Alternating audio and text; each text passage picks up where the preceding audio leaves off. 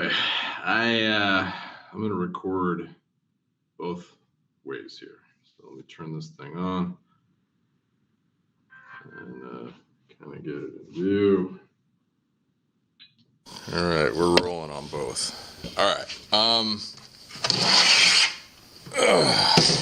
My voice is starting to go. Getting a little sick, so I'm just gonna film this way for sake of saving my voice. All right. Unit 3, waves and light. Okay, so waves carry energy. We're going to be learning about the electromagnetic spectrum. And in that spectrum, there's a variety of parts to it, one of which is visible light. Okay, the visible light spectrum is within the electromagnetic spectrum. Okay, so visible light, red, orange, yellow, green, blue, indigo, violet. And infrared is in there as well as ultraviolet. We've got radio waves, microwaves, gamma rays, things that we're going to talk about. So let's talk about today. Today is Thursday, the 28th of September. Let's look at what we're doing. Let me share my screen. Is that what I want to do? Share just the window, I think. There we go. Share. No, click. Share. Okay.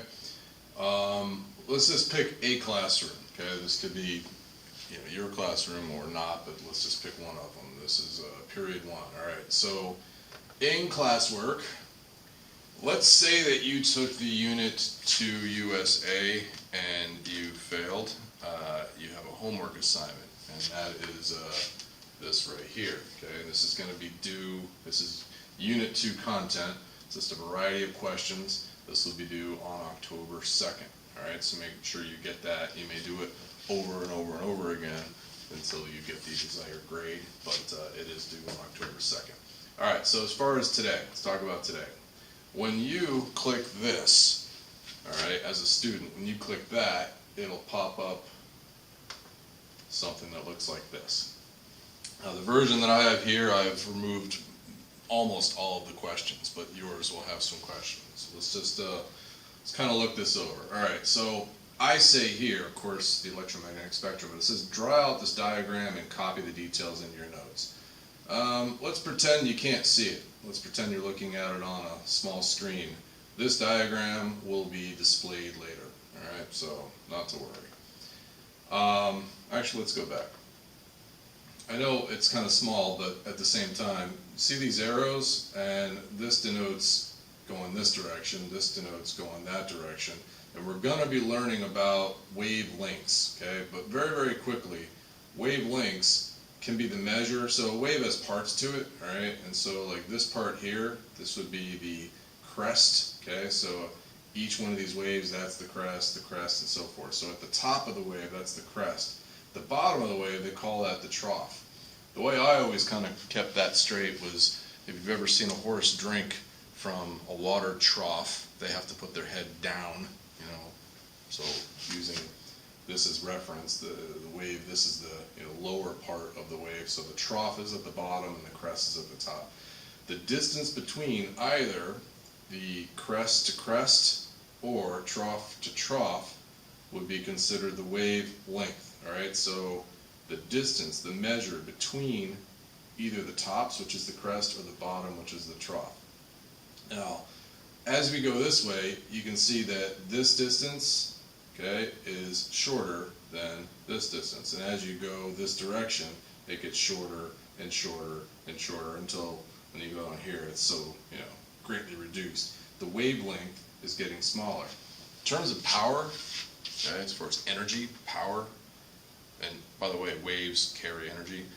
The shorter the wavelength, more power it has. All right, so keep that straight. So a longer wavelength is actually weaker, less powerful than a wavelength that is shorter.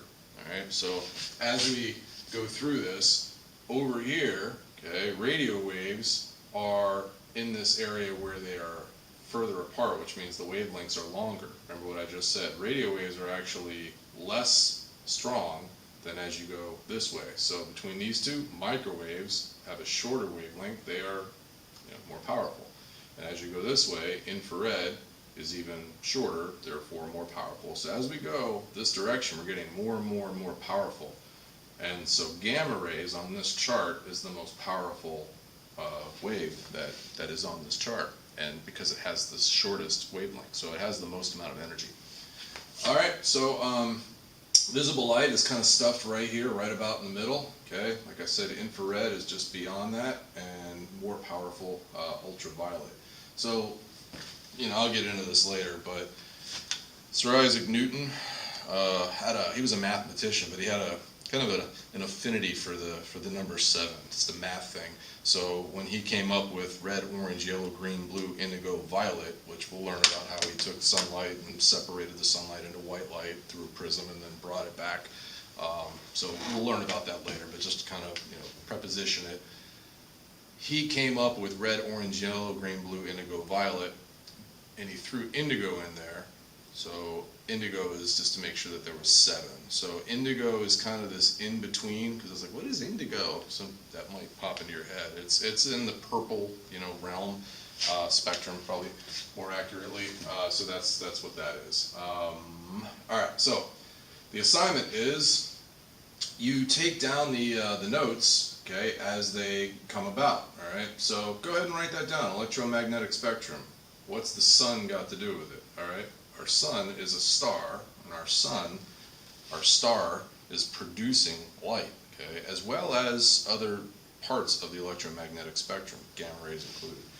All right, so what is a wave? A wave is a disturbance that carries energy from place to place, and a wave does not carry matter with it. All right, now put a pin in that. So you're in the classroom. I want you to get, you know, very familiar with what I have written on the board. And so here you have today's date, okay, and I say Unit 3 Waves and Light, and I put the benchmarks, and just for specificity, SC is for science, 7th is for 7th grade, P is for physical science, and that's the 10.3 as far as your benchmark. Our unit goal, students will understand that waves can transfer energy without transferring matter. Ooh, let's go back to that.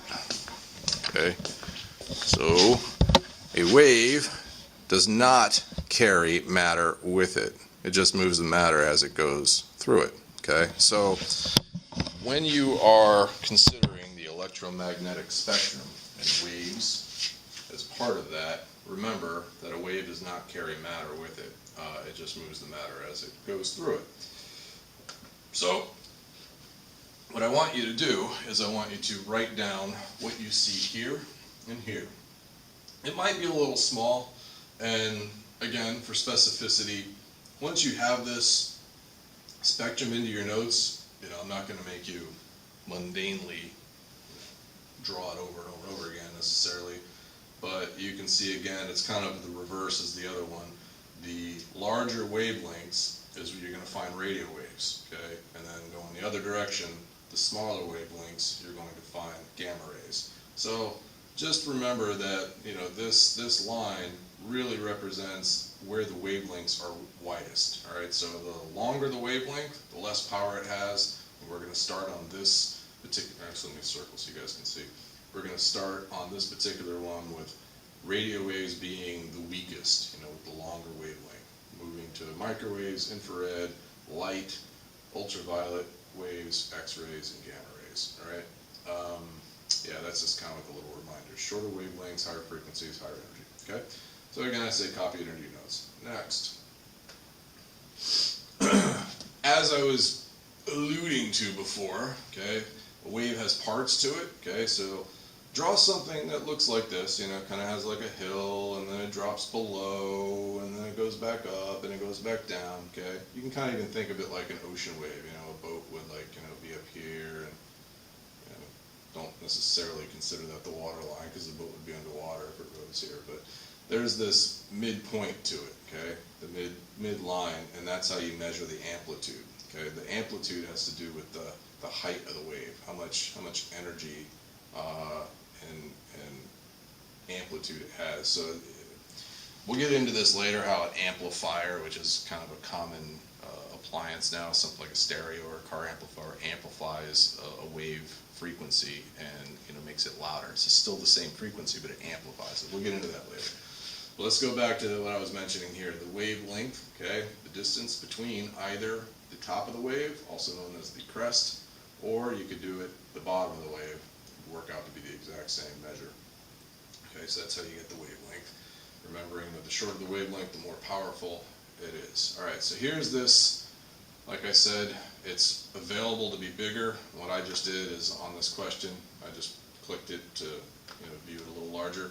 But let's just say, all right, all waves carry what? Okay, we just said they don't carry matter, and that would also include not light or not particles, but yet energy. Okay, so you want to go ahead and click that. Parts of the wave, all right, so kind of self-explanatory what I was just talking about. Make sure you have this written down. Okay, very important that you have this written down in some way, shape, or form. You only need to have it once. So if you see it more than once, you can skip it as long as you have it.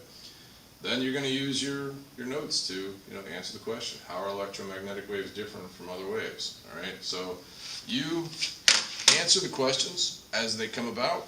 You write down the notes as they come about. You can use your notes to answer the questions, and as you know in this class, I tend to let you use notes if they're in good order for open book assessments. All right, so today, go back to today, we are going to do that bell ringer. Bell ringer needs to be 5 minutes, okay? First 5 minutes, that's when the bell ringer needs to be done. Then you're going to go to Google Classroom and you're going to begin this assignment we were just talking about, Unit 3 Waves assignment. Now, periods 2, 4, and 6, we started this yesterday. I've extended it, so it's a longer version today, so you've got plenty to do today. And again, like I said, you're going to enter the details into your science notebook, and you're going to use those details to answer questions found in the assignment. So we're going to do this for about 30 minutes. You may work with your neighbor, and that just means like, what did you get? Don't use the time to be off topic and talk, all right? So when the bell goes off, so what the bell means is that I have my alarm. As you guys know, I got the little egg timer alarm. When that goes off, there's going to be an assessment, and it'll be found in Google Classroom, and you can work with your neighbor for 15 minutes on the assessment, all right? So to sum up, bell ringer, the assignment we were just kind of going through, you're taking notes. You don't have to finish it today. I'm just saying work on it until the timer goes off, the bell that I have. When that chimes, boom, you go right back to Google Classroom. You find that assessment that I spoke of, and you may work with your neighbor on that. And that is our day, okay? Any questions? I'll be here.